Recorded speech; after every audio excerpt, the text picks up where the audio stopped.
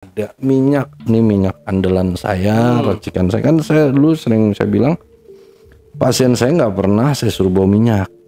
Ya ini minyaknya. Racikannya ya boleh percaya boleh enggak. Ini minyak gaharu ya, minyak gaharu sama minyak kelapa. Nah terus ada racikan khususnya itu tulang sumsum. Tulang sumsum hewan. Orang. Hah? Iya ini masih ada tulangnya. Terus Aman sentuhan nih kulit. kalau saya pegang. Gak apa-apa, aman. Aman. Tapi saya mual loh. Mual kenapa ya? Padahal Saya nggak tahu. Ya, sugesti abang aja itu karena- mah. Ntar kalau saya ngomong dibilang halu kan.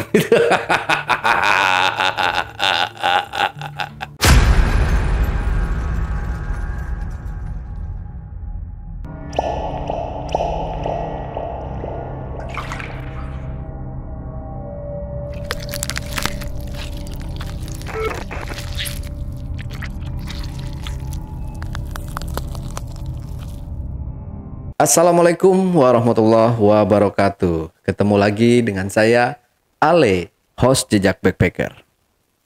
Tentunya dalam obrolan misteri Jejak Backpacker kali ini, kembali saya menghadirkan narasumber yang sebelumnya sudah hadir di studio Jejak Backpacker. Dan di beberapa video yang telah kami tayangkan di situ, saya menjanjikan teman-teman untuk menghadirkan Bang Bimo kembali, yang pastinya untuk menceritakan tentang pesugihan tali pocong. Seperti apakah kisahnya? Langsung aja kita berkenalan atau salaman dulu nih sama Bang Bimo. Assalamualaikum Bang Bimo. Gimana kabarnya Bang Bimo? Alhamdulillah baik Bang Ali. Iya, jangan pernah bosan Bang ya kalau kita undang lagi ya. Buat Soalnya Bang Ali. dari permintaan teman kita kemarin kan bilang bakal kita ngangkat pesugihan tali pocong karena belum ada izin yang lain-lainnya gitu, jadi belum kita ceritakan Bang ya. Siap. Oke. Nah, ini spill sedikit Bang. Jadi pesugihan tali pocong itu seperti apa sih Bang? Ya, medianya itu dari kain kafan mayat gitu, jenazah. Ya itu untuk biasanya sih buat pengelarisan. Kalau yang saya dapat ini hanya buat pengelarisan, buat gendam. Cuman nggak bisa buat santet ya. Oh, Itu. oke. Soalnya saya dapetnya di Selasa Kliwon. Oke. Simpan dulu ceritanya Bang. Kita lanjut lagi setelah ini. Tapi sebelum Bang Bimo bercerita lebih lanjut lagi, saksikan setelah OMG yang satu ini. Kopi Liong Bulan. Nuansa legendaris di mana keunikan rasa dan aroma mengalir dari setiap biji kopi pilihan. Keistimewaan yang dipersembahkan bagi mereka yang menghargai cita rasa terbaik. Gurih dan aroma asli yang khas dibuat dengan sempurna. Kopi Liong Bulan, keajaiban dalam setiap aroma. Oke, Bang Bimo. Kita ngopi dulu, Bang. Ya. Silakan, bisa Bang ya, topengnya pun nggak tertutup banget gitu. Kopi Liong. Iya, kopi Liong. Segar banget. Mantap wanginya, wanginya rasanya khas dari banget. zaman ke zaman kayaknya. Iya, dari 1945. Bang Bimo belum lahir ya? Belum. Belum ya? Itu zaman kakek saya masih ngangkat bedil lah. Sama nih. Bapak saya juga kayaknya belum lahir deh. Iya, belum lahir. Baru mau akan lahir. Oke, Bang Bimo kalau udah siap, silahkan buat menceritakan pengalaman mistisnya. Silahkan. Ya. Assalamualaikum warahmatullahi wabarakatuh. Assalamualaikum warahmatullahi wabarakatuh. Ya, rahayu. Saya Bimo, saya diundang lagi sama Bang Ale dalam Jejak Backpacker. Saya insya Allah saya nggak bosan-bosan untuk berbagi pengalaman saya dan mengedukasi, jangan sampai tertipu oleh oknum-oknum dukun yang bisa melakukan atau melancarkan pesugihan dan menyesatkan orang jadi pengikut setan atau iblis. Ya di sini saya punya pengalaman Bang Ali yang mana itu saya lakukan dan jangan dicontoh oleh siapapun karena itu tidak baik, sangat tidak baik. Yang mana saya mencuri tali pocong. Yang mana tali pocong ini dipercaya mitosnya buat pesugihan ataupun pengelarisan. Tapi kalau menurut saya ini lebih larinya ke pengelarisan. Ya itu fungsinya antara lain yang saya tahu ya, buat pesugihan itu buat pengelarisan dagang, terus buat pelet, terus lagi buat gendam. Itu kalau yang di Selasa Kliwon. Kalau yang Kamis Kliwon bisa semuanya yang berbau dengan semua ilmu-ilmu gitu ya. Saya agak-agak lupa dan nggak tahu kenapa. Jadi adapun prosesnya waktu itu saya 2003 itu saya gali itu ya di bulan September tahun 2003. Tanggalnya saya nggak bisa sebutin, silakan cari sendiri di tanggalan. Nah terus untuk tempatnya itu juga saya nggak bisa sebutin.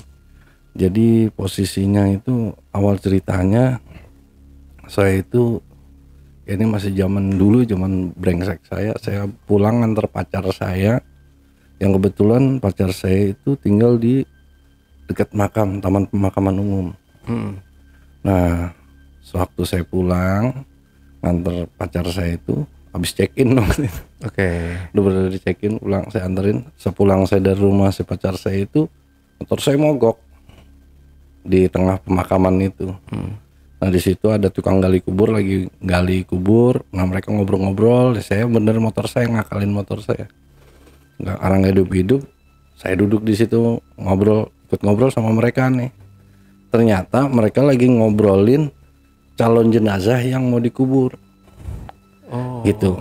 Kalau nggak salah waktu itu mau dikuburnya itu hari Kamis apa Rabu, saya nggak tahu, lupa saya di situ ya. Nah cuman yang dia bilang ini tanggal yang mati ini bagus tuh, dia ngobrol tuh sama temen-temennya, cariin lawan katanya gitu. Terus saya bagus gimana sih bang, saya ikut ngobrol kan. Ini meninggalnya Selasa Kliwon, jenazahnya baru ditemuin kemarin gitu katanya. Saya mah cuman dapat pesanan doang Bas. Oh ya udah saya karena kebetulan waktu itu pacar saya sama orang tuanya datang mau ngambil motor saya yang mogok, dibawa pulang ke rumahnya dia. Terus saya jalan kaki ke pangkalan ojek, saya pulang ojek naik ojek ke situ sampai rumah. Saya nih yang namanya tadi capek karena terpikir wah ini ada bagus nih, jasad bagus nih, saya bilang kan kafannya bisa buat hajat keperluan ritual gitu kan. Saya nggak bisa tidur. Saya ingat itu kalau nggak salah itu ya udah mau zuhur lah, saya akhirnya meditasi di situ. Nah, saat meditasi itu ya di titik halusinasi saya. Kalau orang berbicara logika udah masuk titik halusinasi saya, cuman kalau orang spiritual bilang itu udah masuk sukma kita, itu udah keluar gitu. Nah, saya ketemulah di situ sama setan, jin ya. Kalau jin mah masih nurut sama aturan agama, kalau itu setan yang nunggu keris saya gitu. Ya kalau kamu mau tahu caranya gini, diajarin gitu. Ya di situ yang saya lihat pandangan kayak TV gitu bang, dari TV. Oh caranya saya harus gali begini-gini. Nah terus gimana caranya saya gali? Diajarin tuh sama dia, nanti malam dengan syarat kembang 7 rupa. Ini saya ngobrol sama si setan itu ya, kembang 7 rupa, terus buah anggur siapin di situ, kemenyan, terus kita bakar kemenyan itu di batok kelapa. Wah kayak gitu ya saya gitu. Udah saya selesai meditasi, saya nggak bisa tidur tuh. Akhirnya saya makan dulu, saya main tuh ke Lubang Buaya. Teman saya ya kebetulan kakak, saya anggaplah kakak, dia kakak angkat saya, seorang spiritual senior lah gitu, yang udah ternama. Memang saya akrab sama dia dulu. Saya main, saya cerita, Mas itu kalau meninggal Selasa Kliwon itu bagus nggak? Bagus. Emang kenapa? Tuh ada yang meninggal, wah itu bagus tuh, cuman susah prosesnya. Diceritain tuh sama dia prosesnya, galinya harus pakai tangan, terus ngambilnya harus pakai mulut. Oh gitu tak, kayak gitu kan. Nggak, cuman nggak kebayang aja, emang saya belum pernah ngelakuin kan. Oh, udah akhirnya dari situ saya nafsu tuh bang, nggak tahu saya nafsu, saya pulang, saya lewat pasar tuh, lewat pasar Pondok Gede situ, saya beli kembang tuh, saya beli kembang, saya beli anggur kan, buah anggur tuh, terus udah saya pulang, saya siapin tuh, wah nih keris udah saya bawa, udah saya siapin. Ya tepat jam 10 saya ke TKP. Saya ke TKP udah saya tongkrongin aja situ. Jam 10 atau jam 9 saya lupa lah, pokoknya saya tongkrongin aja situ. Saya ganti motor tuh waktu itu, saya pakai PCR dari rumah tuh. Udah saya tongkrongin. Nyata saya lihat bisikan lagi, siap-siap. Saya lihat jam tangan saya, ternyata udah jam 11. Udah hampir jam 12, saya siap-siap tuh. Itu jarak sekitar 500 meter dari TKP. Nah itu bener aja bang, kalau kata senior saya dan penjaga tukang gali makam itu, biasanya kalau yang meninggal hari itu pasti dijagain. Dan biasa juga tradisi orang daerah situ, kalau ada yang meninggal itu dia pada ngaji bang di kuburan. Iya, dia jadi bikin tenda di situ. Waduh, saya bilang rame, gimana ini pikir saya. Terus kata si setan yang bimbing saya ini, ikutin cara saya. Ikutin kata saya. Udah tuh, saya ritual tuh di situ. Saya ritual, saya atur tuh anggur, kopi manis, kopi pahit itu doang. Terus kembang setaman tuh, kembang setaman. Saya bakarin datu dupa di batok kelapa. Saya bakarin gak lama itu di langit itu bener-bener kilat bang. Tapi saya yang sesudah-sudahnya saya mikir ini bulan September kan, bukan musim hujan gitu, setelahnya gitu ya. Nah itu di langit itu kilat bang, kilat itu ya gimana sih ya, kilat udah banyak itu nggak lama hujan gede bang, hujan angin. Nah disitulah biasanya kan sambil ritual tuh keris itu udah saya tancepin di tanah tuh. Udah saya ritual di situ, saya meditasi di situ. Dari situ saya sadar bang. Saya benar-benar sadar ini, saya tahu diri saya. Cuman saya udah nggak bisa ngendalin diri saya bang. Itu yang tadinya TKP itu tempat makam tadi itu banyak orang ngaji itu pada bubar bang. Karena hujan angin kan. Udah dari situ tuh saya ngelihat bang, tangan saya sendiri ini sampai ke makam yang saya targetin itu nisan itu saya kemplang pakai tangan, saya pukul pakai tangan, jatuh. Ya udah saya pakai dua jari ini, saya gali, jebret. Saya gali nih pakai tangan saya, pakai tangan sendiri, tangan kosong. Udah saya bikin lubang lah sepanjang badan saya kan gitu. Setelah saya bikin, saya ngeliat tuh papannya tuh bang, papan jenazah, terus saya bukain, lemparin ke atas asal-asalan. Udah saya lihat itu jenazah, saya udah nggak bisa ngendalin diri saya cuma sadar. Nah saya udah lihat jenazah itu kan nempel ke itu bang ya, ke tanah itu ya, mukanya menghadap tanah. Itu saya lihat sendiri itu bantalan yang di belakang jenazah itu saya pakai kaki itu saya singkirin pakai kaki. Nah udah saya singkirin pakai kaki bang, itu kan jenazah tuh di nempel ke dinding itu ya.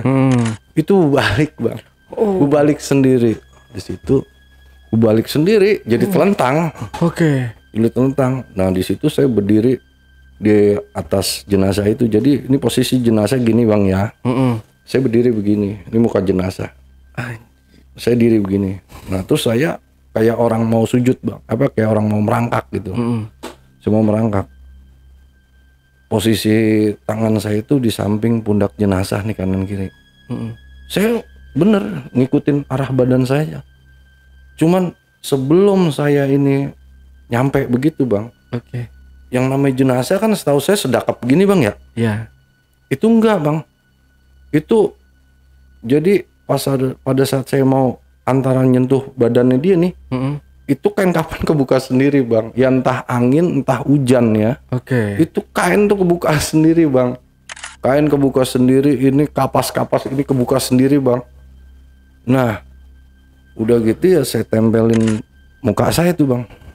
Matanya melek bang. Anjir. Tangannya itu tadi begini tuh begini bang.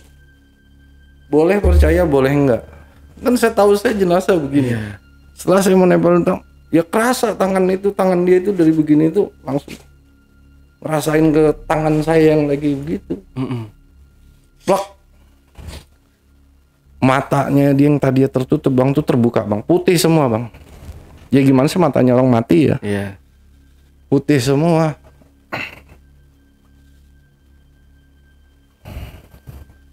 Ya di situ mata kebuka, ya saya udah nempelin muka antara muka dia nih, mata sama mata, hidung ketemu hidung.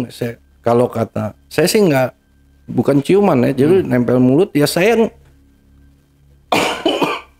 nggak bisa ngendalin diri saya. Terus saya ngirup bang, saya nyedot. Jadi mulut itu dia kebuka. Oke. Jadi mata kebuka, mulut kebuka gitu. Langsung saya nempelin ya kayak orang mau ciuman gitu. Itu saya sedot. Mulut itu terasa lidahnya itu jenazah itu kesedot sama saya. Udah dari situ langsung itu saya gigit itu ujung kain kafan yang di kepala ini. Wok saya gigit gitu ya kan. Kan kalau cewek itu ini bang ya, ada mukenanya gitu bang ya dia kain kafan. Terus udah ketarik. Terus saya ambilin yang kapas-kapasan, saya kumpulin di kaki saya situ. Terus udah dia udah telanjang begitu jenazah, saya singkirin pakai tangan. Baru nih tuh di situ kan ada kain kafan yang 1, 2, 3 berarti. Yang di sini dapat 2, yang di sini dapat 1, dapat 1 yang kaki itu. Terus saya kumpulin. Pas saya mau lempar ke atas itu yang itu jenazah di bawah itu di atas ada juga bang. Ngeliatin saya. Cuman dia masih utuh. Anjir.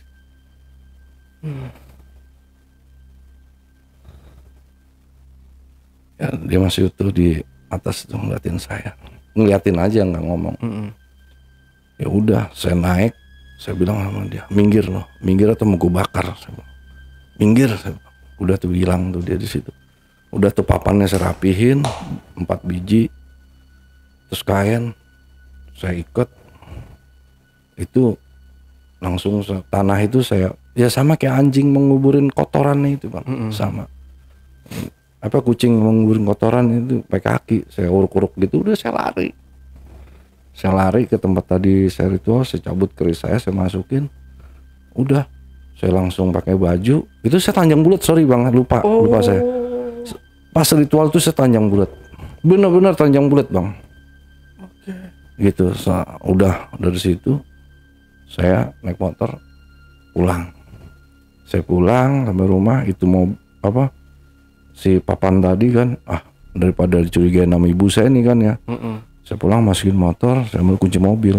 Dulu saya punya mobil Kijang itu kan, Kijang Super. Saya masukin tuh di belakang. Saya masukin, udah saya tidur. Saya bersih-bersih badan, saya tidur. Kan tanah mulu badan saya. Udah saya tidur. Saya tidur. Di situ nggak ada apa-apa. Pagi, biasalah saya sarapan. Saya ke pasar beli bunga. Beli umur rampe lah kalau yang saya waktu itu inget ya standar aja itu kembang 7 rupa gitu kan.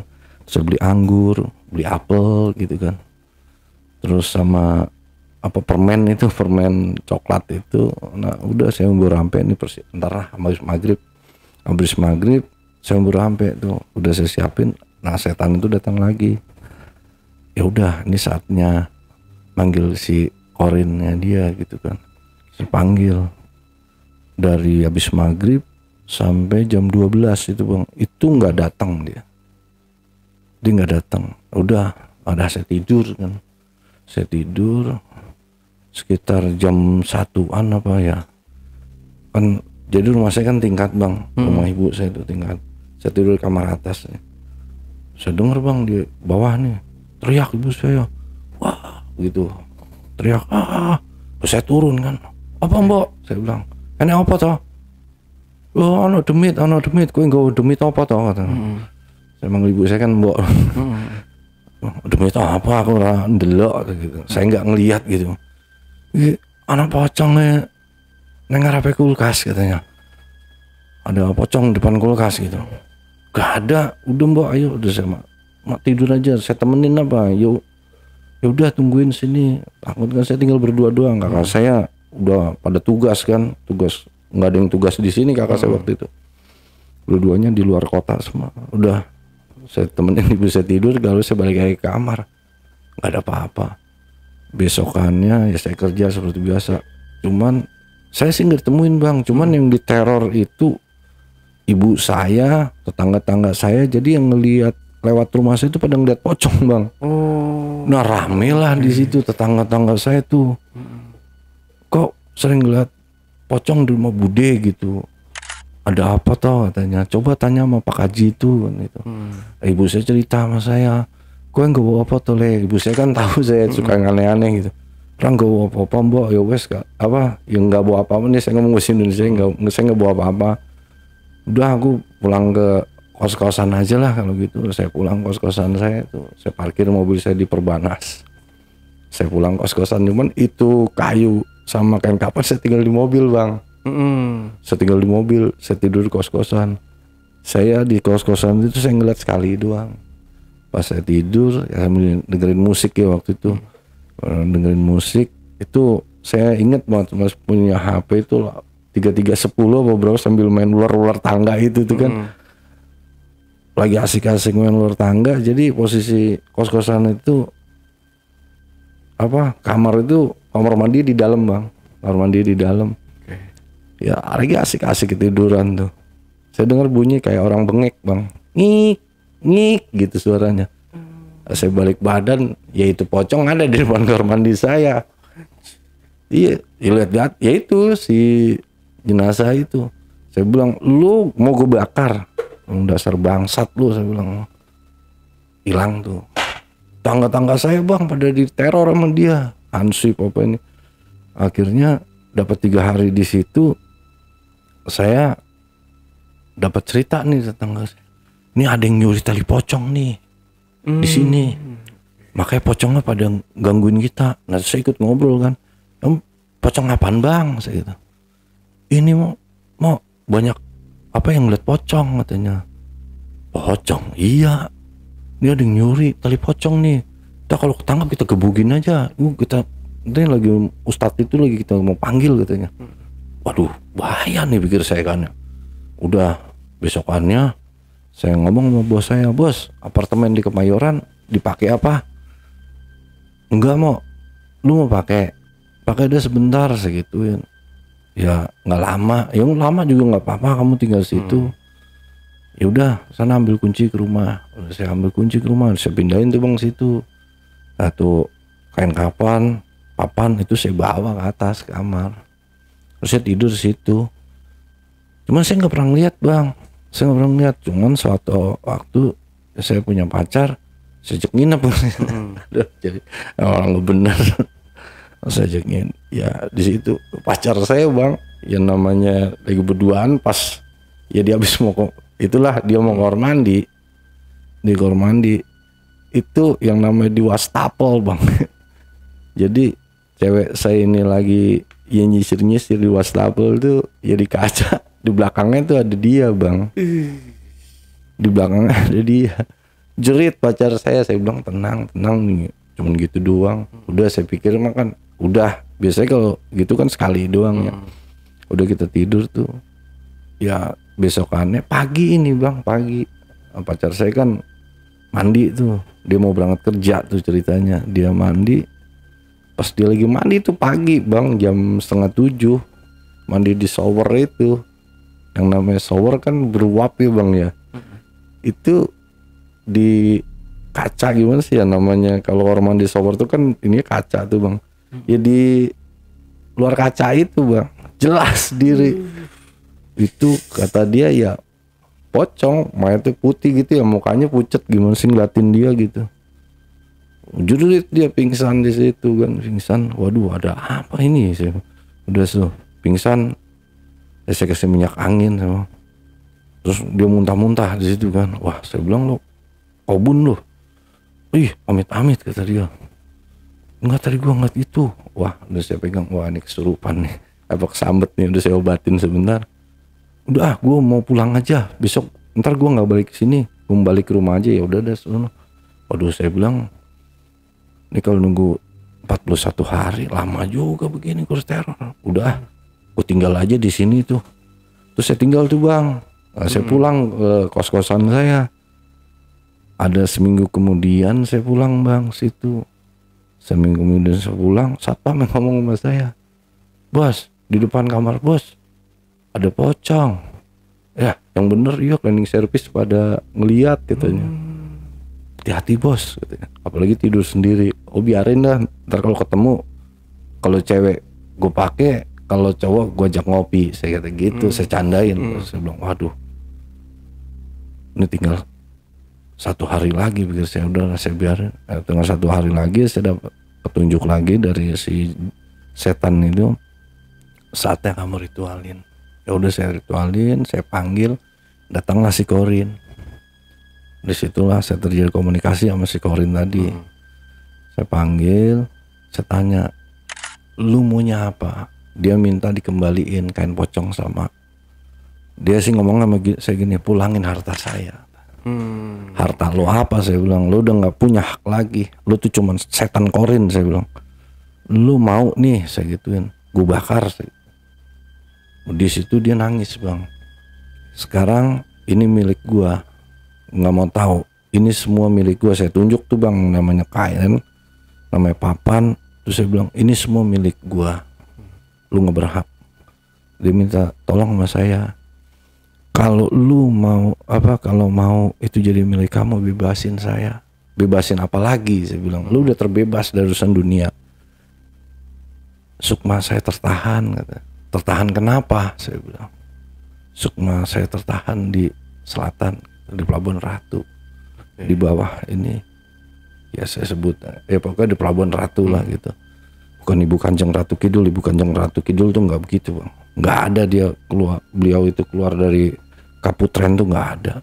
Ada yang ada itu ya menteri-menterinya itu kayak Nyi Blorong, Nyi Ro Kidul tuh menteri-menterinya. Cuman dia di bawah waktu itu tertahannya di Nyi Ro Kidul, Dewi Nawang Wulan itu. Oh ke situ. Udah, memang lu matinya kenapa sih gitu.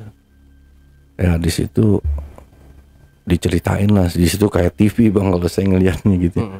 Jadi bahwasannya dia itu ditumbalkan sama orang tuanya. Nyata orang tuanya si pocong ini, yang kain kafannya saya curi ini, kalau menurut cerita si Korinnya ini, itu bapaknya itu melakukan pesugihan di situ. Dan dia itu yang ditumbalkan. Oh kalau begitu ya udah. Nanti kalau lu gue sempurnain, lu nggak boleh ganggu gua, lu nggak boleh minta apa-apa dari gua ataupun seturun darah gua sih. Mau tadi udah. Dari situ saya lanjut Bang, saya lanjut, saya nyari tuh waktu itu ke daerah Kebayoran Lama, Kebayoran Lama buah, saya beli buah karena saya kalau ngadep ke Ibu Kanjeng Ratu ya itu harus lengkap cari buah, karena buah doang yang kurang. Saya nggak mau nyebutin buahnya apa. Udah saya lengkapin, saya ngadep. Waktu itu saya nggak sempat ketemu, cuman ketemu sama ya penggawanya ya. Kalau menurut saya tuh mbok, saya bilangnya mbok. Saya bilang itu mbok Amben lah.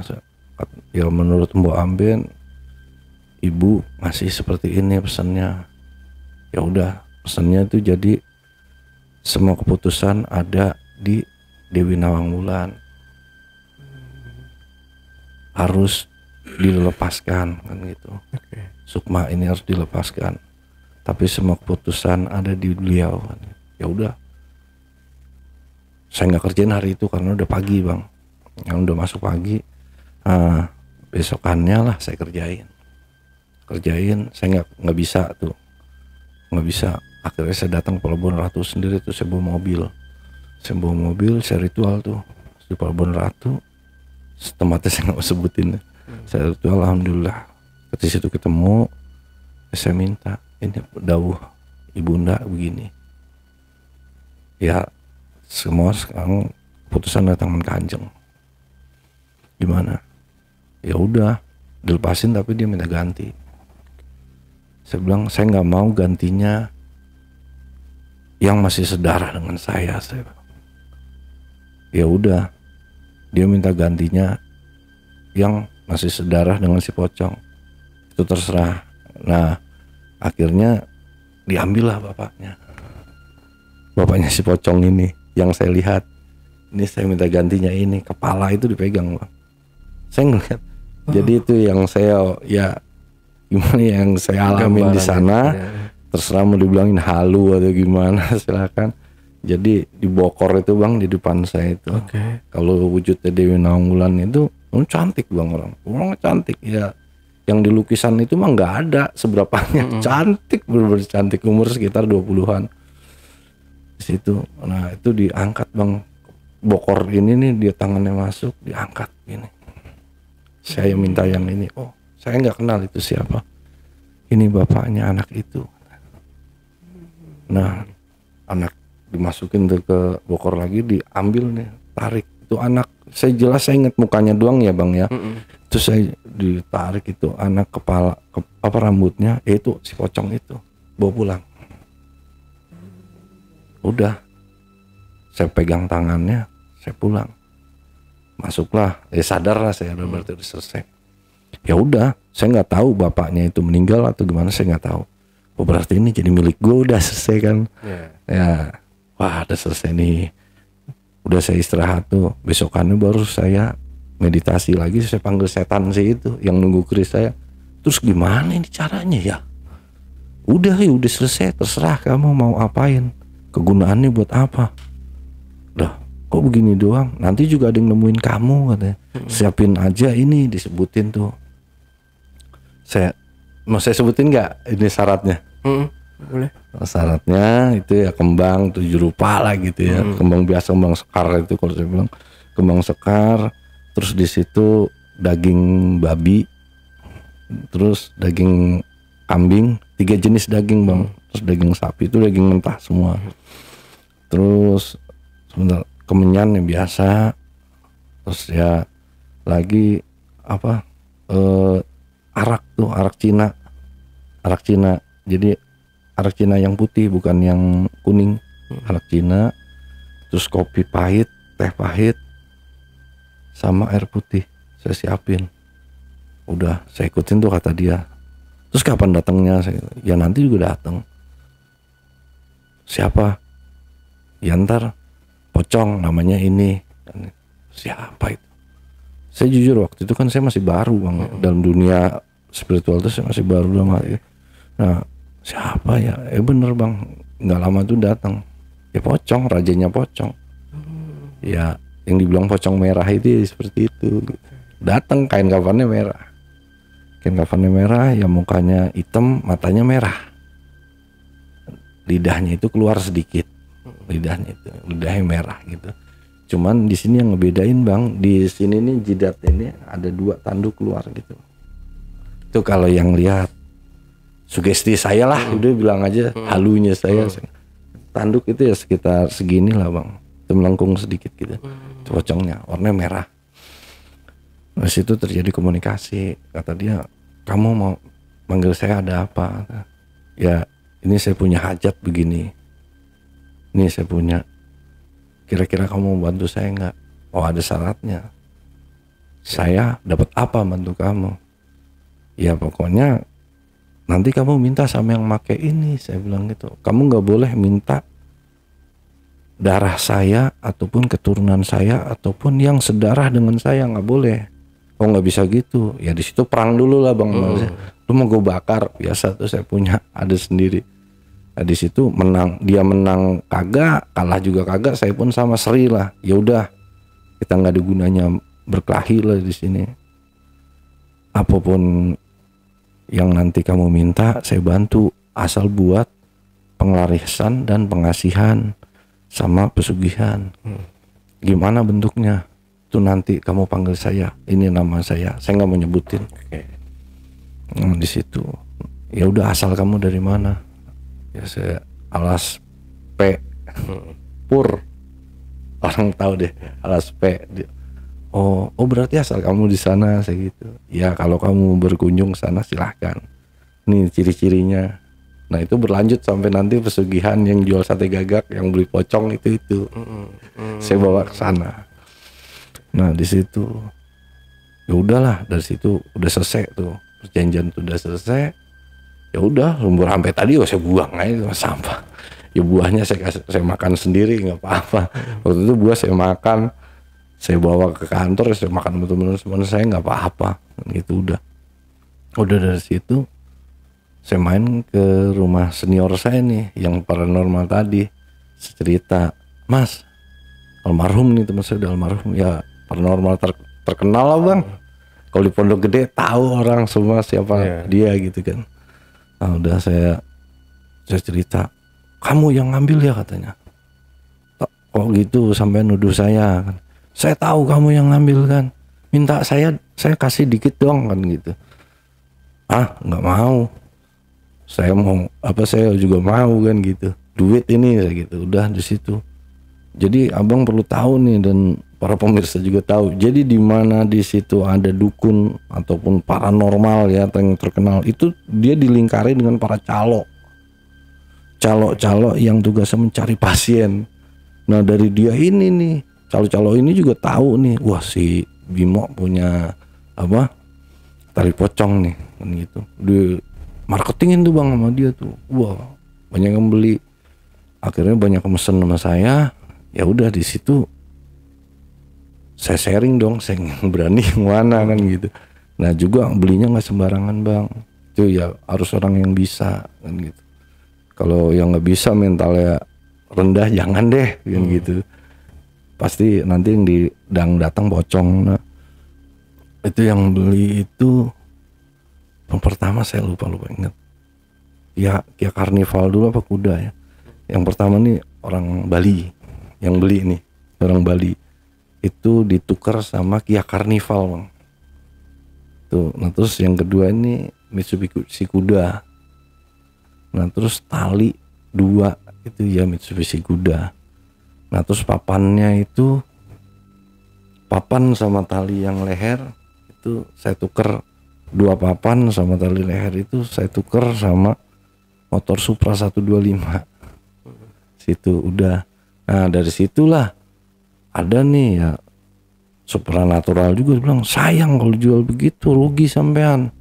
Loh rugi gimana? Mending dibikin begini. Loh saya kan nggak tahu mas gimana caranya. Ya dibikin centong nasi kata dia gitu. Bikin centong nasi papannya. Iya. Terus gimana caranya? Ya sampean ritualin dulu, meditasi dulu. Oh ya deh. Saya meditasi lagi, namanya baru-baru bang saya masih amatiran kan gitu. Udah saya meditasi di situ kasih petunjuk, ya panggil lagi si ini Raja Pocong tadi kan gitu ya. Ya udah saya meditasi itu tuh tinggal 2 papan bang, tinggal 2 papan sama tali pocong yang di kepala sama kaki kalau nggak salah itu. Iya 2, terus sama kapas yang di mata, entah yang kanan kiri saya lupa, kapas sama yang di hidung. Terus saya ambil semua pakai mulut. Nah untuk yang di sini nih sampai kegigit dagingnya itu, kegigit mas saya ngerasain itu gigit kayak gigit ya daging gimana sih emang nempel di kain itu gitu loh. Nah di situ saya ritualin, saya potong sendiri tuh bang, saya bikin centong nasi sejadi-jadinya. Saya udah sejadi, saya bilang coba deh saya panggil si Raja Pocong nih. Saya panggil tuh namanya, saya ritualin, datang bang. Ini gimana dong kamu nyari tumbalnya ini? Kamu bantuin saya. Oh, saya udah dapat banyak tadi gitu dari yang kemarin sudah kamu jual apa? Yang ya kalau saya bilang di bahasa dia yang saya waris gitu, yang saya alih waris kemarin. Terus saya udah dapat banyak. Kalau kamu mau lagi, nanti saya bantu lagi. Caranya gimana? Panggil saya lagi. Ya udah di situ. Besokannya bang, nggak tahu kenapa nih calo datang. Mas, ini loh mas ada yang mau beli. Nah itulah dunia spiritual bang. Okay. Banyak orang nggak tahu. Ini tukang bakso bang yang beli. Itu tukang bakso beli. ini mas aku butuh buat penglarisan.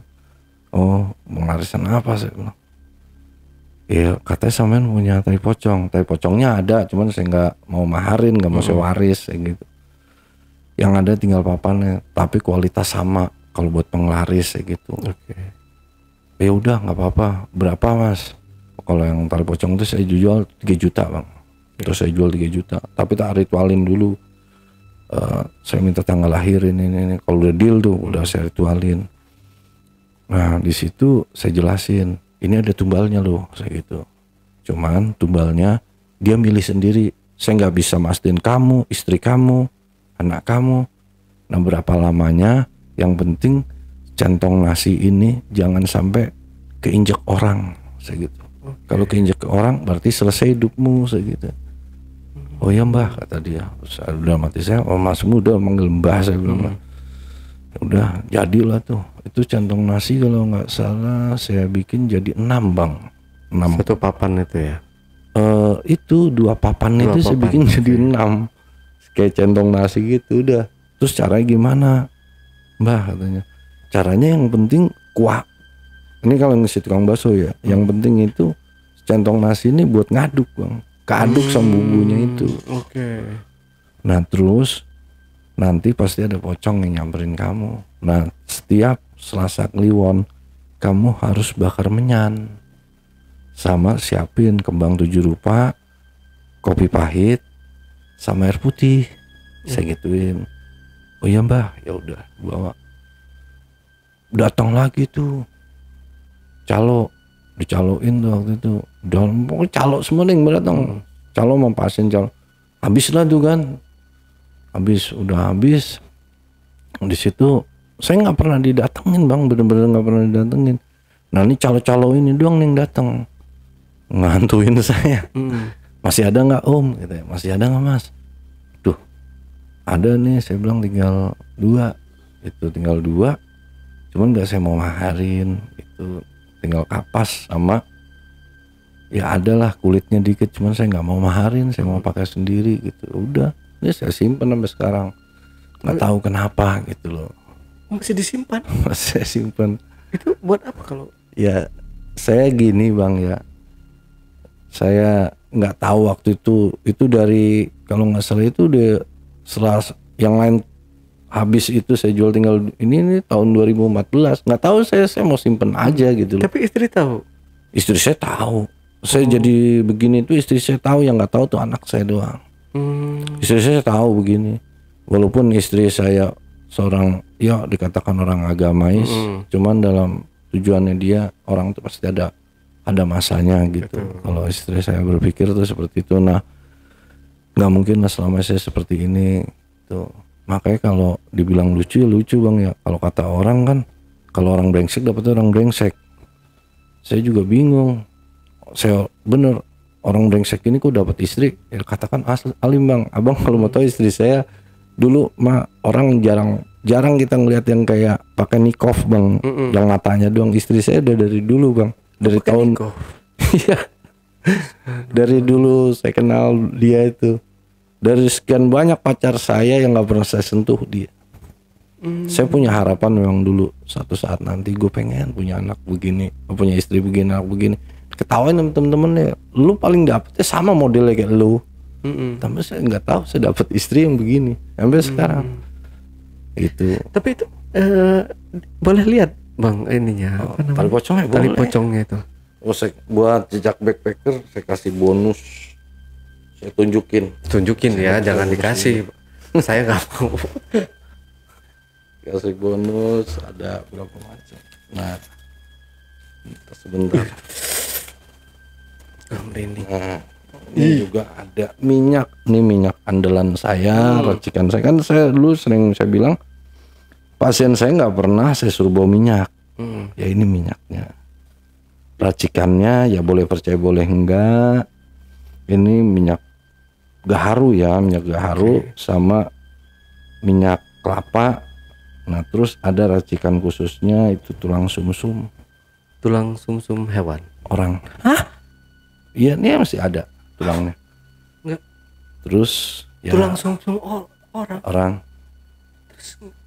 Tapi udah jadi jenazah. Iya, saya mesen sama orang di rumah sakit, saya ngomong nyebutin tulang sumsum, ya dapat lah dikasih segini. Nah, terus maaf bang ya, saya takut YouTube aja.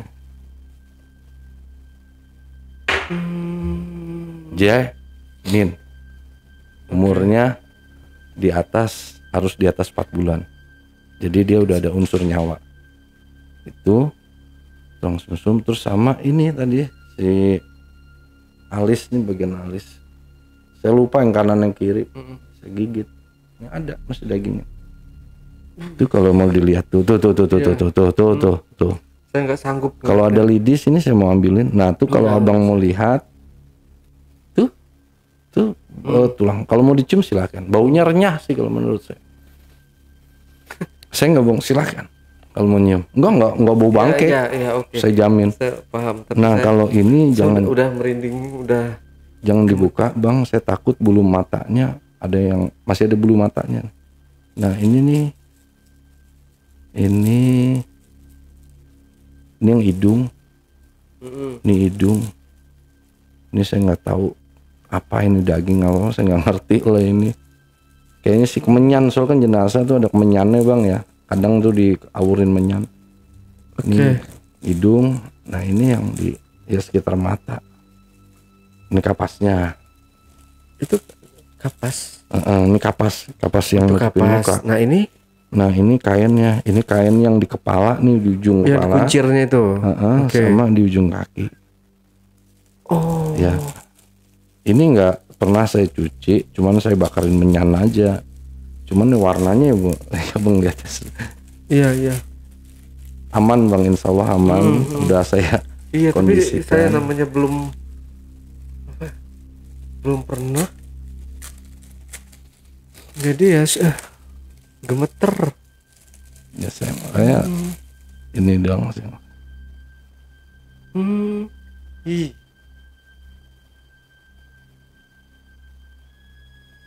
Saya takut benang yang jatuh. Ya, ini pokoknya ada 2 lah ini. Oke. Ya. Iya nggak apa-apa bang, nggak usah. Tuh ada 2 tuh. Tuh 2. Nah, tuh 2 tuh. Tapi karena udah puluhan tahun mungkin ya, kan nggak ada wangi-wanginya lagi ya. Hah? Karena udah puluhan tahun kali ya kan, nggak ada. 2003, tapi saya mual ya. 2003 sampai sekarang bang. Ya 20 tahun ya.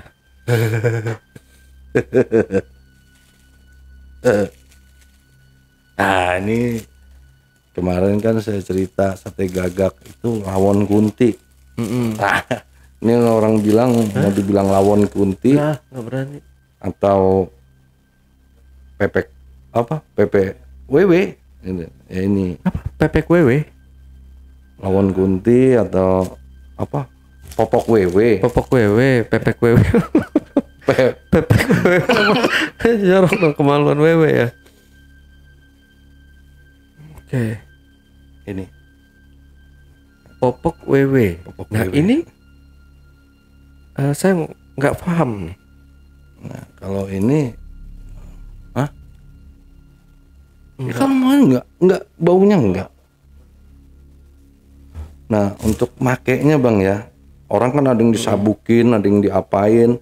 Kalau saya sih makainya saya harus sentuhan sama kulit. Cara makainya dia tuh sentuhan aman nih sama kulit. kalau saya pegang. Gak apa-apa, aman. Tapi saya mual. Mual kenapa ya? Padahal saya nggak tahu. Ya, sugesti abang aja itu mah. Ntar kalau saya ngomong dibilang halu kan.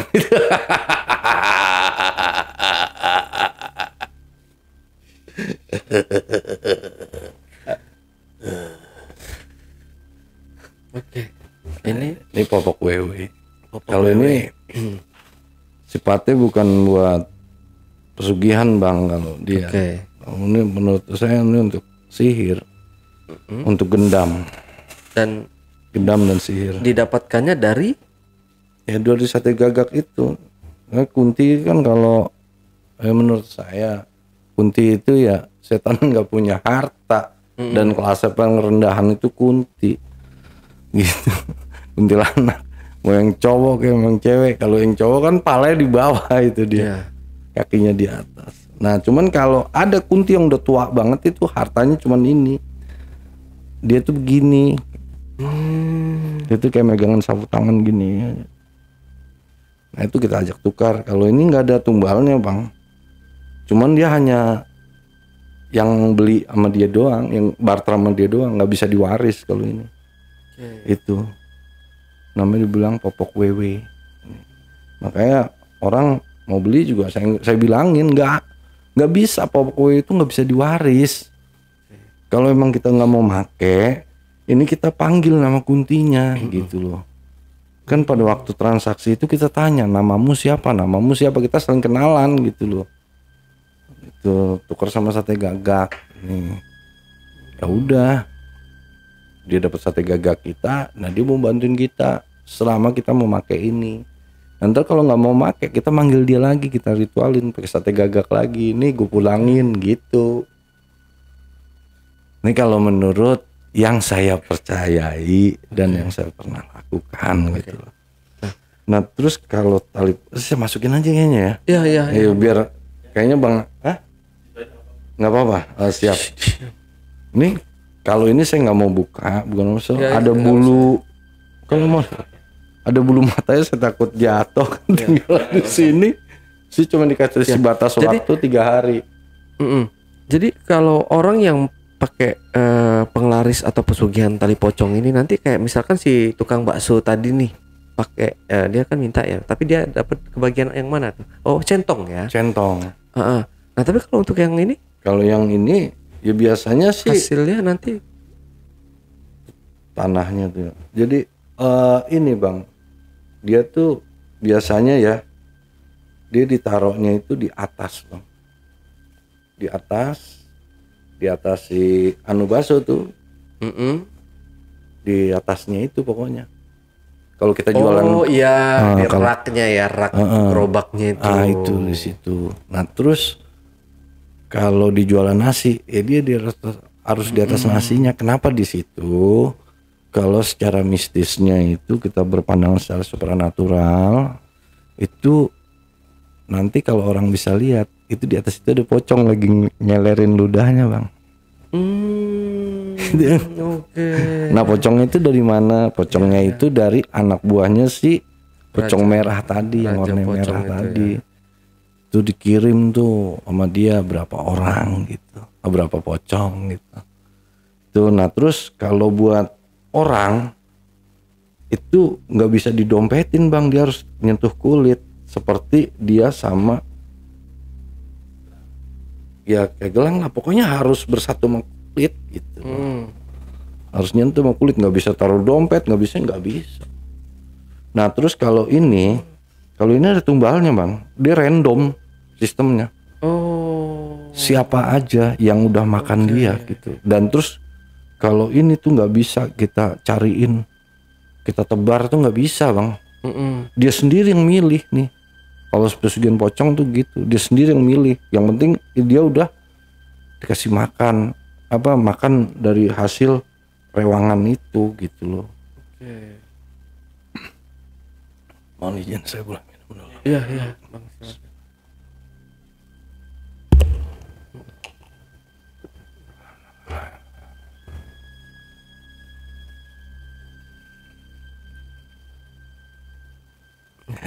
Itu ini karakter pocong. Nah cuman ada yang bilang buat santet mas Bimo, ini buat santet. Kalau Selasa Kliwon yang saya tahu dari si Iprit yang wujudnya pocong itu dia kalau untuk Selasa Kliwon nggak bisa buat santet. Kalau yang bisa buat segala macam itu malam Jumat Kliwon, terus malam Jumat Pahing itu baru bisa buat segalanya. Kalau Selasa Kliwon itu anggorokasi gitu loh. Hanya pengasihan aja dia sifatnya. Nah terus untuk sugih untuk sugih itu kalau kita pakai ini nih tukang bakso, biasanya ya nggak semua tukang bakso sih, cuman ada beberapa lah oknum yang pakai ini yang rame bang, dia rame. Nah terus udah gitu lucunya kalau kita makan di situ enak, tapi kalau kita bungkus nggak enak gitu loh. Nah terus untuk gimana sih kita tahu dia pakai itu pesugihan itu? Ya yang manual aja bang, seperti itu. Kita bungkus, kalau enggak ya sebelum makan ya kalau menurut keyakinan saya, ya saya sih sebelum makan aja nih saya auzubillahi minasyaitonirrajim. Bismillahirrahmanirrahim. Insyaallah ada santet, ada apa? Lontong. Asal kita yakin hanya Allah yang Maha Agung kan gitu. Nah itu untuk. Nah di sini ini tali pocong ya. Nah ini ada yang mau ditanyain gimana nih bang? Nah begini aja nih modus tali pocong ya. Dukun yang berbisnis oknum dukun yang berbisnis tali pocong. Kalau yang saya tahu nih, pengalaman saya diajarin malah sama calo. Saya diajarin sama calo begini, Mas, sampean kan udah dikenal nih, kata dia. Sampean punya tali pocong. Ini aja, beli aja kain kafan sendiri. Terus gimana? Ya udah bilang aja ini kain pocong asli. Orang sampean udah punya nama kok. Itu calo. Jadi setiap dukun itu bang, itu punya calo bang, punya marketing. Sama pesugihan pun juga begitu. Itu dia masarin kemana-mana gitu, nyari orang-orang yang membutuhkan. Jahatnya gitu mereka ya. Saya nggak mau bukan apa-apa, saya jaga kualitas bang dari dulu. Makanya kadang ya paranormal senior juga ngasih ke saya itu. Udah tuh di situ itu modusnya antara lain itu. Nah terus ada juga dukun ya cuman kenal online, mesen tali pocong. Oke lah dia beli tali pocong ya maaf aja ya, beli di kamar mayat. Ada bang bisnisnya gitu. Beli di kamar mayat, entah gimana operasionalnya saya kurang paham ya, cuman ya saya pernah ada yang nawarin kayak gitu. Nah terus dijual sama dia. Nah terus ada lagi ya jual online nih tali pocong, nanti saya ritualin segini. Nah untuk khasiatnya dia cuman isian bang, bukan alami. Nah yang di ritual yang alami itu harus diritualin kayak tadi saya itu. Tuh. Cuman kalau saya ritualnya gitu bang, nggak bisa saya. Makanya saya ngangkat ini saya sedikit takut bang. Takutnya apa? Pentok hukum. Kan ada tuh orang yang koordinasi sama apa? Ya penjaga kuburan atau apa atau ya pengurus jenazah atau kamar mayat ya, saya kurang tahu. Katanya sih di kamar mayat saya pernah ditawarin. Saya nggak begitu. Jadi yang saya tahu saya diajarin itu sama setan itu, saya harus gali sendiri pakai tangan sendiri. Dan tadi saya harus menghirup udara dia. Kenapa saya ngirup udara dari mulut? Satu, dia harus ngikut saya. Nah terus kan lidah itu bang, yang namanya mayat lidahnya kaku dong. Gimana sih ya, mohon maaf sekali, kayak orang ciuman gimana sih gitu. Itu kita nyedot, memang kita nggak niat ciuman, memang ritualnya seperti itu gitu. Itu yang saya tahu, itu harus ritual itu, bukan isian. Banyak bang beredar isian, saya tahu isian nih, ini person orang normal. Cuman ada lah yang bener, ada juga ada yang bener tuh banyak juga. Cuman ya banyak juga yang modus. Makanya hati-hati pesugihan tali pocong tuh apalah gunanya, nggak ada menurut gunanya. Nah untuk korban tumbal atau gimana saya nggak pernah tahu bang, saya jujur. Kalau yang ini tumbalnya dia mati gimana, so beli putus semua sama saya. Cuman saya kasih tahu nih syaratnya, setiap malam Selasa Kliwon bakar kemenyan di sekitar lu jualan. Dan centong ini nggak boleh keinjak orang. Udah itu doang. Nah sampai kapannya gue nggak tahu. Sampai kapannya ya sampai lu nginjek tuh centong. Itu aja. Itu doang yang saya dapetin. Nah untuk diambilnya kapan dia, saya nggak tahu. Kalau yang ini saya jujur. Itu bang. Nah terus kalau minyak ini nih, ya, kegunaannya ini Kalau saya nih gini ya, cara makainya itu bukan buat minyak wangi. Ini saya tetesin ke tisu, saya gulung-gulung gitu. Saya tetesin ke tisu, saya bikinlah 7 biji. Biasanya saya bikin 7 biji. Sebut manggil ini. Baunya enak banget bang. Bukan, dibakar tuh tisunya dibakar. Jangan minyaknya dibakar semua lah, rugi. Janinnya berapa harganya? Sumsumnya berapa? Belum nih kulit mata si pocong. Itu loh. Itu saya ini kalau mau cium silakan, pasti ngenalin ini khas apa ya kan gitu. Saya bener. Saya udah ngelihatnya aja udah, mohon maaf nih, udah Ini kayak mual. ya saya nggak tahu, itu sugesti abang Ya aja. karena mungkin kebayang ya penuh. Itu bang, ini buat tim jejak backpacker dan para pemirsa. Ini bonusnya, ini saya kasih tunjuk ini. Itu ya kalau mungkin masih ada waktu saya mau bercerita. Saya kalau boleh bang, kemarin saya juga kaget ngeliat. Kemarin saya dari daerah Jawa kan, saya ke rumah guru saya Kiai ya.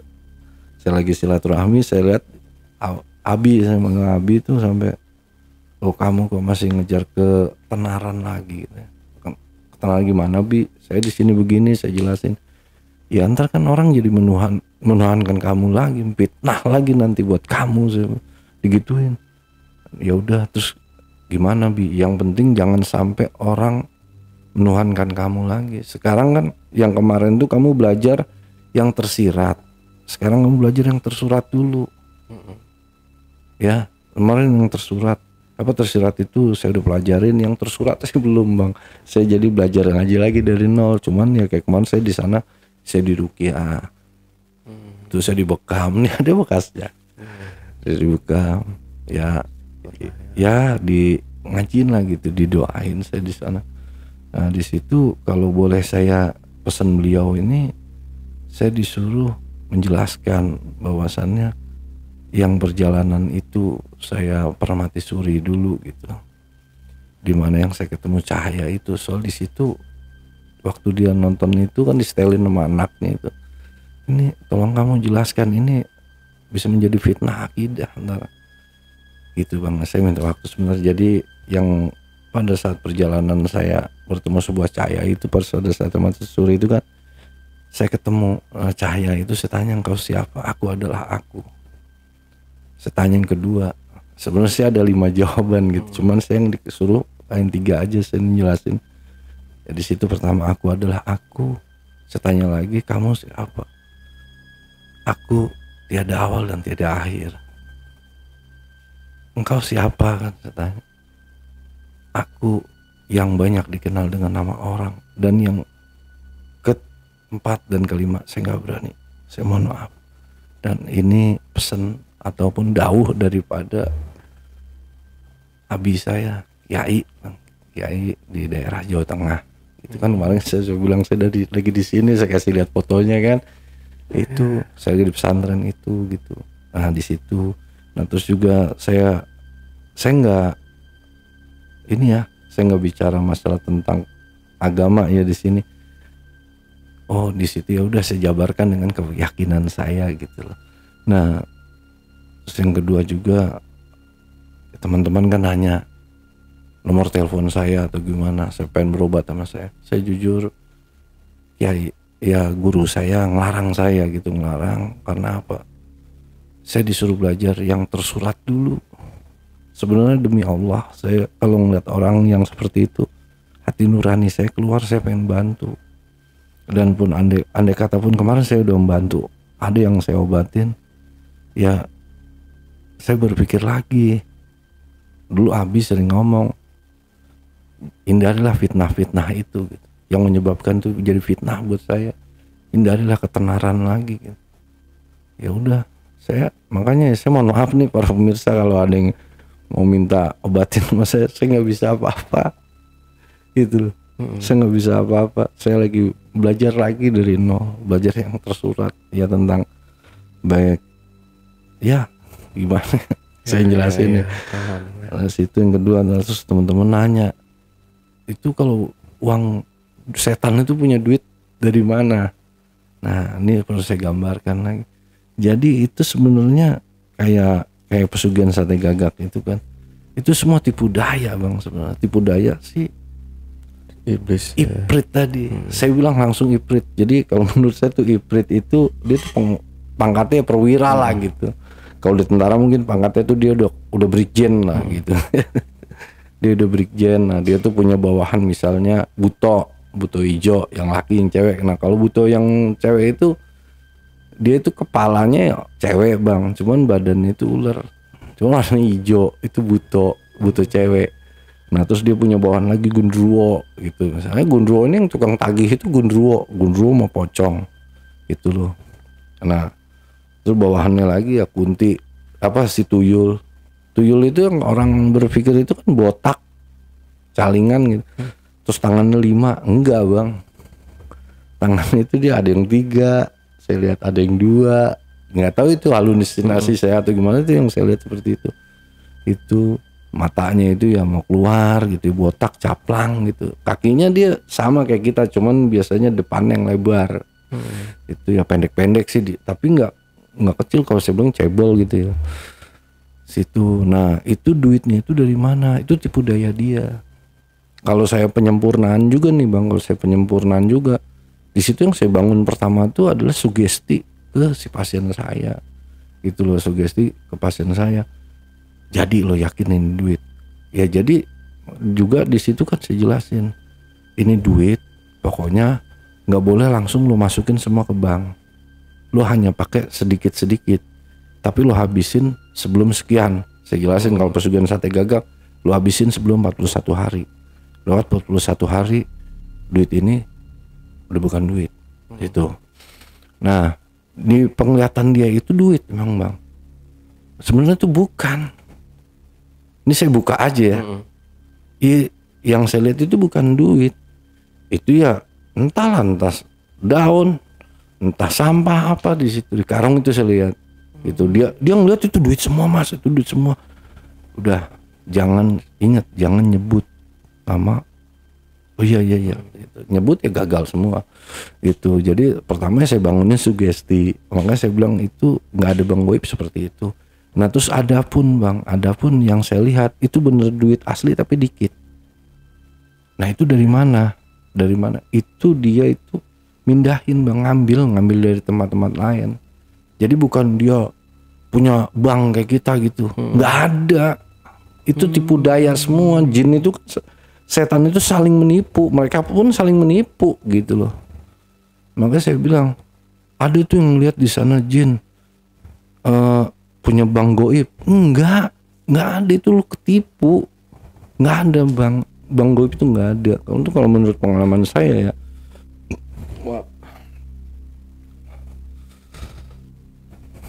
Jadi di situ ini bang yang kalau saya astagfirullah. Jadi saya mohon izin. Ya, minum silakan.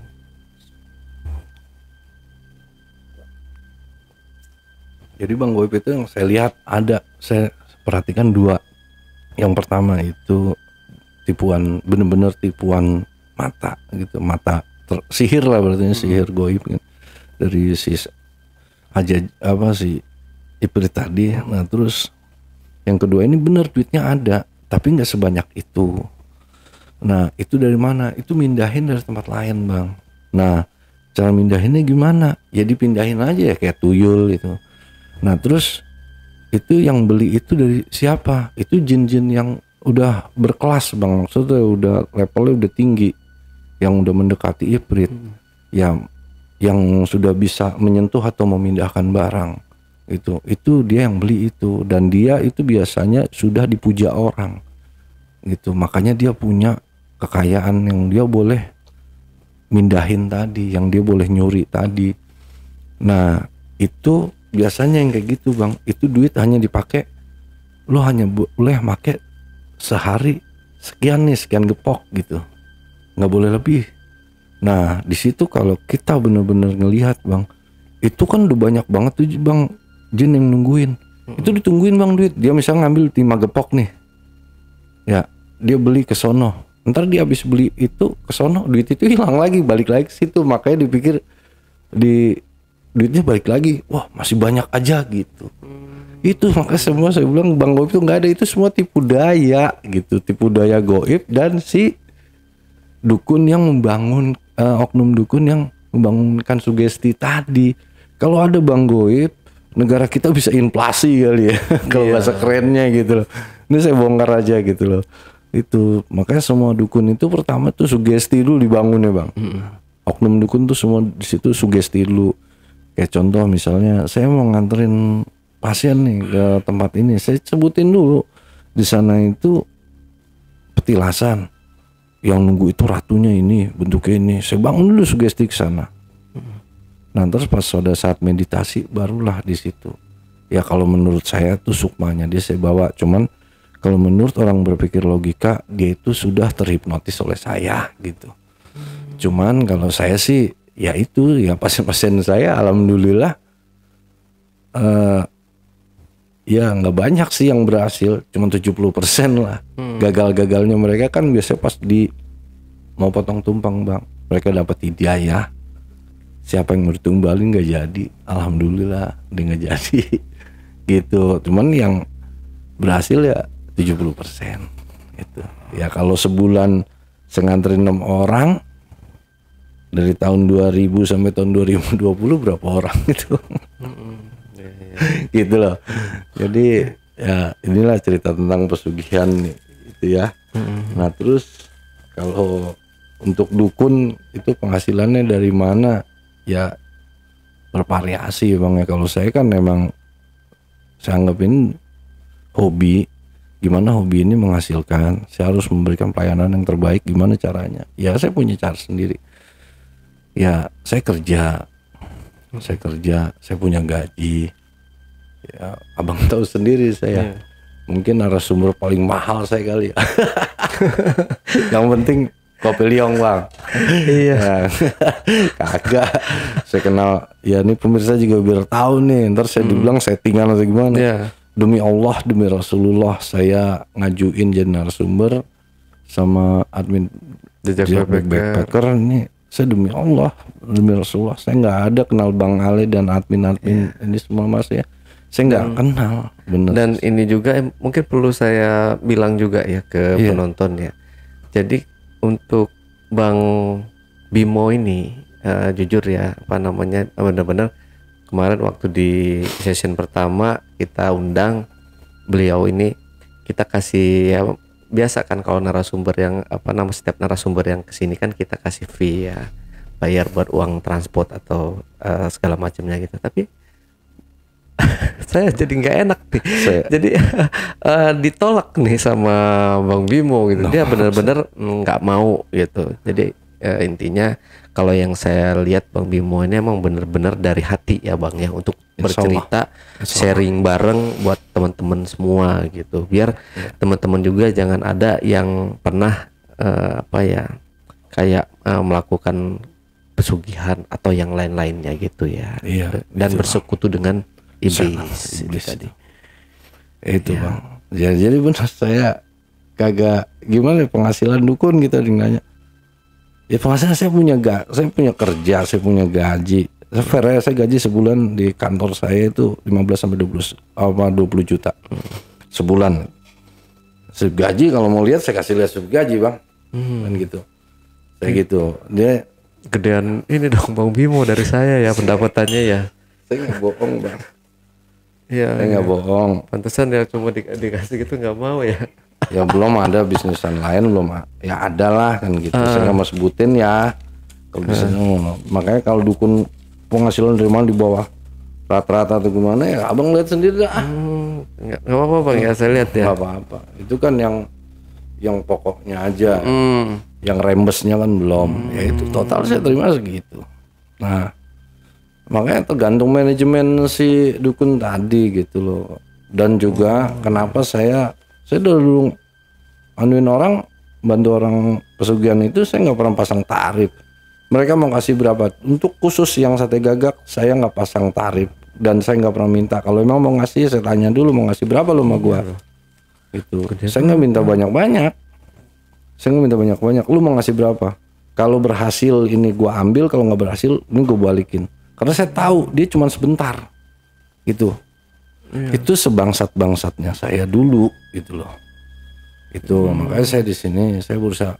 Ya, saya kemarin berpikir, oh jangan-jangan nih nanti netizen berpikir, oh ini Bang Ale ini settingan atau enggak. Wow, ininya dibayarnya gede nih sama Jejak Backpacker.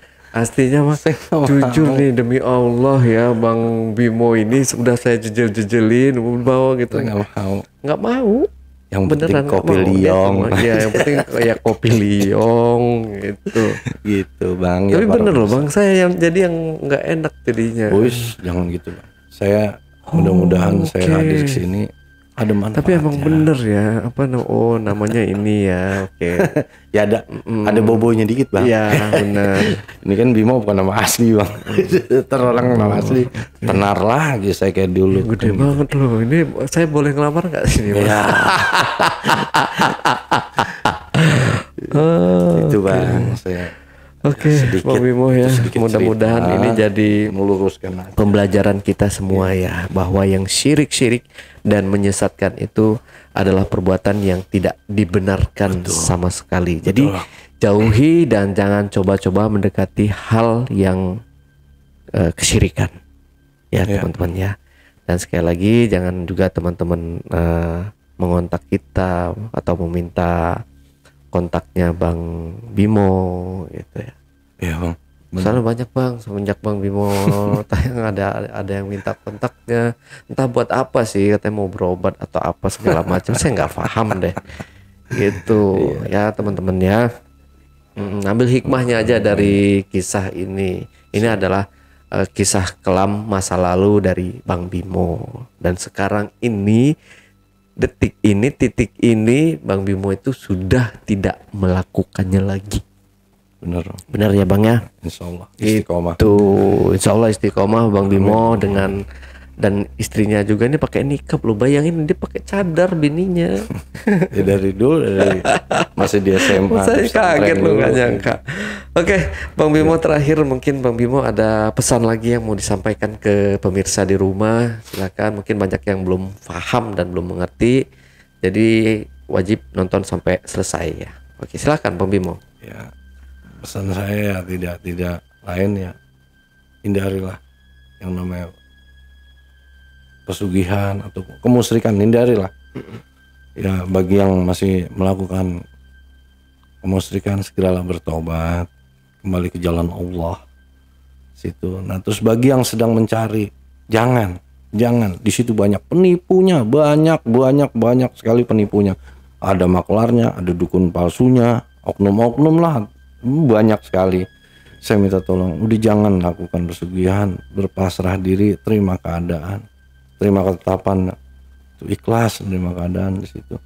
Ya teman-teman, itu aja. Dan semoga ya teman-teman oknum-oknum para dukun yang ya hanya memanfaatkan keadaan orang, saya mohon kasihanilah.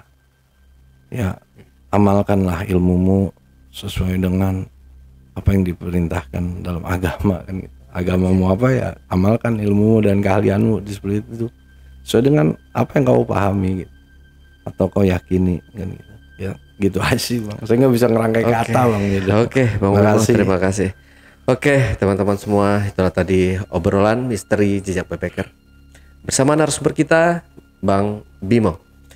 Jangan lupa untuk selalu support channel YouTube Jejak Backpacker, subscribe, like, komen, dan share sebanyak-banyaknya video-video YouTube Jejak Backpacker. Dan buat teman-teman juga yang punya pengalaman menarik dan ingin menceritakan langsung di studio Jejak Backpacker, teman-teman bisa menghubungi admin kami melalui nomor WhatsApp di 085212345683 atau di 0858 47683. Wassalamualaikum warahmatullahi wabarakatuh. Bang Bimo, terima kasih buat terima kasih juga Bang ya. Dan para pemirsa, bikin saya ini tahu bisa tidur atau enggak nih. Insya Allah. Sampai jumpa.